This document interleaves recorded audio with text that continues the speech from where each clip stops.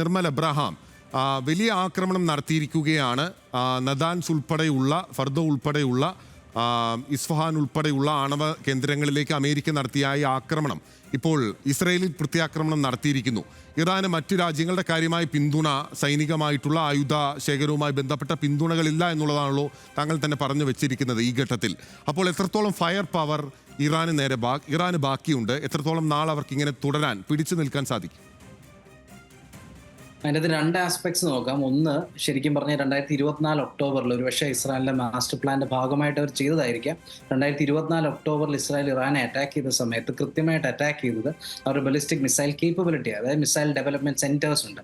അതിന് ഏകദേശം 12ഓളം സെന്റേഴ്സിനെ അവർ നശിപ്പിച്ചു എന്നാണ് അന്നത്തെ വിവരങ്ങൾ അനുസരിച്ച് നോക്കിക്കഴിഞ്ഞാൽ. അതിന്റെ അർത്ഥം നിലവിൽ ആ കാര്യം കൂടെ കണക്കിലെടുത്ത് ഇപ്പം മിസൈൽ ലോഞ്ചേഴ്സിനെ കൂടെ അറ്റാക്ക് ചെയ്യുന്ന കണക്കിലെടുത്തു കഴിഞ്ഞു കഴിഞ്ഞാൽ ഈ ഒരു നിലയിൽ, അതായത് ദിവസവും ഒരു 75, 80, 100 മിസൈലുകൾ വിടാനുള്ള ഇറാന്റെ കേപ്പബിലിറ്റി മറ്റാരും സഹായിച്ചില്ലെങ്കിൽ, മറ്റൊന്നും നിർമ്മിക്കാനായില്ലെങ്കിൽ കഷ്ടിച്ചു പോയി കഴിഞ്ഞാൽ ഒരു 3 ആഴ്ച കൂടെ കാണുള്ളൂ. ലോങ് ടേമിൽ ഇറാന് സസ്റ്റെയിൻ ചെയ്യാൻ പറ്റില്ല. നിലവിലെ മറ്റാരുടെയും സഹായം ഇല്ലെങ്കിൽ സസ്റ്റെയിൻ ചെയ്യാൻ പറ്റില്ല. അതുകൊണ്ടാണ് എനിക്കൊന്ന് ശ്രീ ടി പി ശ്രീനിവാസൻ പറഞ്ഞതുപോലെ അതേ അഭിപ്രായത്തോട് ഞാൻ യോജിക്കുന്നു. കാരണം ഇപ്പോൾ ഇറാന് പറ്റിയ സമയമാണ്. അവർ അറ്റാക്ക് ചെയ്തു എന്ന് അമേരിക്ക തന്നെ പറയുന്നു. എങ്കിൽ പിന്നെ ഇനിയിപ്പം ഒരു എഗ്രിമെന്റിന്റെ പോലും കാര്യമില്ല. നിങ്ങൾ ആഗ്രഹിച്ചത് നിങ്ങൾ നേടിക്കഴിഞ്ഞു, ഇനി നമുക്ക് സംസാരിക്കാം, ഒരു പീസ് ടേംസിൽ എത്താമെന്ന് പറഞ്ഞ് മുന്നോട്ട് പോകുന്നതാണ് ഇറാനെ സംബന്ധിച്ചിടത്തോളം ഏറ്റവും നല്ലത്. ഇപ്പോൾ റിറ്റാലിയേഷനോടെ കഴിഞ്ഞു. ഇനിയിപ്പോൾ അവർക്ക് വേണമെങ്കിൽ യൂണിലാറ്ററലി സെൽഫായിട്ട് ഡിക്ലെയർ ചെയ്യാം, ഞങ്ങൾ ഇനി യുദ്ധത്തിനില്ല, നിങ്ങൾ നശിപ്പിച്ചു, ഇനി സംസാരിക്കാൻ ഞങ്ങൾ തയ്യാറാണ്, മീഡിയേറ്റർ ആയിട്ട്. പക്ഷേ അത് എത്രത്തോളം സാധ്യമാണ് ശ്രീ നിർമ്മൽ എബ്രഹാം? അവിടുത്തെ രാഷ്ട്രീയ നേതൃത്വത്തെ സംബന്ധിച്ച് അത് എത്രത്തോളം സാധ്യമായിരിക്കും? പ്രത്യേകിച്ച് അവിടെ രാജഭരണമായിരുന്ന ഒരു സ്ഥലത്ത് പിന്നീട് അറബ് വിപ്ലവം ഉൾപ്പെടെ വരികയും പിന്നീട് പരമോന്നത നേതാക്കളിലേക്ക് അധികാരം വരികയും ചെയ്ത ഒരു രാഷ്ട്രീയ പശ്ചാത്തലമാണല്ലോ ഉള്ളത്. അപ്പോൾ ആ രാജ്യത്തിന്റെ ആത്മാഭിമാനം കീഴടക്കി എന്ന ജനങ്ങൾക്ക് തോന്നലുണ്ടായി കഴിഞ്ഞാൽ പിന്നെ ആ നേതൃത്വത്തിന് തുടരാൻ സാധിക്കുകയില്ലല്ലോ. ഇറാന്റെ ചരിത്രവും ആ വിധത്തിലാണ്. അപ്പോൾ അത്തരം സാധ്യതകൾ എങ്ങനെയാണ്? ഇറാൻ അങ്ങനെ കീഴടങ്ങാൻ സാധിക്കുമോ?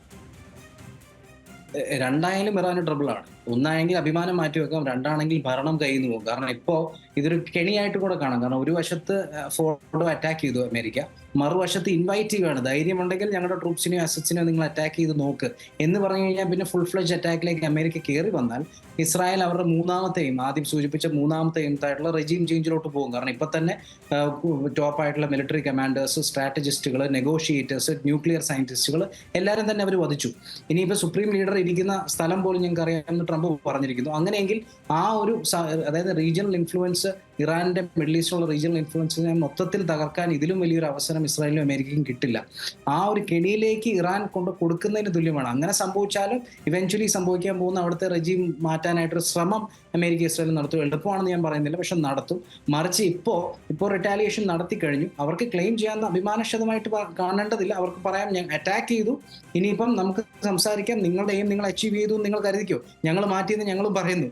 അപ്പോൾ ഇനിയിപ്പോൾ ഒരു ടോക്സിലോട്ട് പോകാൻ വേണ്ടി ഒമാനെയോ ഖത്തറിനെയോ റഷ്യയോ ഇൻവൈറ്റ് ചെയ്ത് ടോക്സിലോട്ട് പോകുന്നതാണ് അവർക്ക് നല്ലത്. കാരണം ഇനി ഇത് മുന്നോട്ട് പോകും തോറും, ഞാൻ നേരത്തെ പറഞ്ഞു 3 ആഴ്ച 4 ആഴ്ചക്കപ്പുറം ഇറാനെ സസ്റ്റെയിൻ ചെയ്യില്ല എക്സ്റ്റേണൽ സപ്പോർട്ട് ഇല്ലാതെ. നിലവിൽ ആരും തന്നെ എക്സ്റ്റേണൽ സപ്പോർട്ട് പറയുന്നുമില്ല. അങ്ങനെയുള്ള സാഹചര്യത്തിൽ ഏറ്റവും ബെസ്റ്റ് ഇപ്പോൾ ഒരു ടോക്സിലോട്ട്, നെഗോഷിയേഷൻ ടേബിളിലോട്ട് എത്തുന്നതാണ്. അതിലിപ്പോൾ അഭിമാനക്ഷതം നിർമ്മൽ എബ്രഹാം തുടരുക.